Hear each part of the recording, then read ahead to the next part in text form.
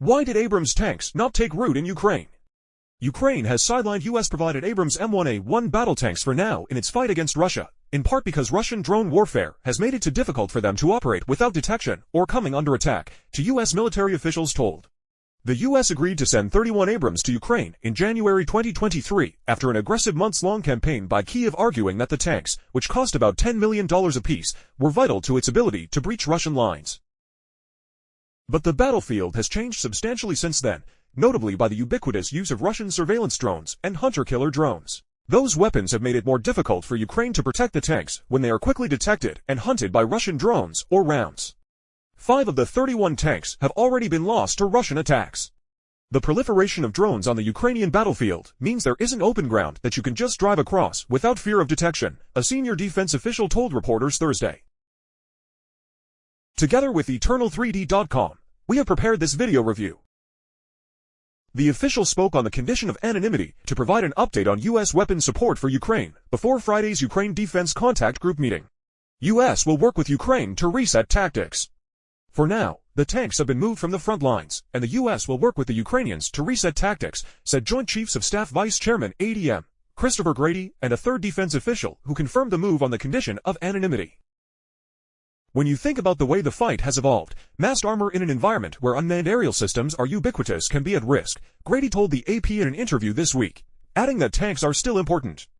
Now, there is a way to do it, he said. We'll work with our Ukrainian partners and other partners on the ground to help them think through how they might use that in that kind of changed environment now, where everything is seen immediately. News of the sideline tanks comes as the U.S. marks the 2-year anniversary of the Ukraine Defense Contact Group, a coalition of about 50 countries that meets monthly to assess Ukraine's battlefield needs and identify where to find needed ammunition, weapons, or maintenance to keep Ukraine's troops equipped.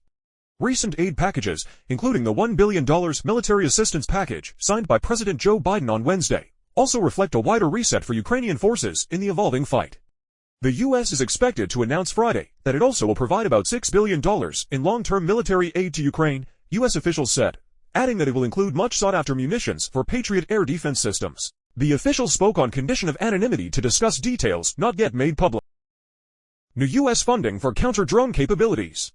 The $1 billion package emphasized counter-drone capabilities, including .50 caliber rounds specifically modified to counter drone systems, additional air defenses and ammunition, and a host of alternative and cheaper vehicles, including Humvees, Bradley infantry fighting vehicles, and mine-resistant ambush-protected vehicles.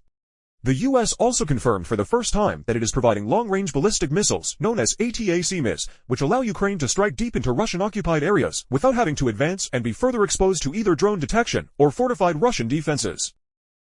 While drones are a significant threat, the Ukrainians also have not adopted tactics that could have made the tanks more effective, one of the U.S. defense officials said. After announcing it would provide Ukraine the Abrams tanks in January 2023, the U.S. began training Ukrainians at Grafenwohr Army Base in Germany that spring on how to maintain and operate them.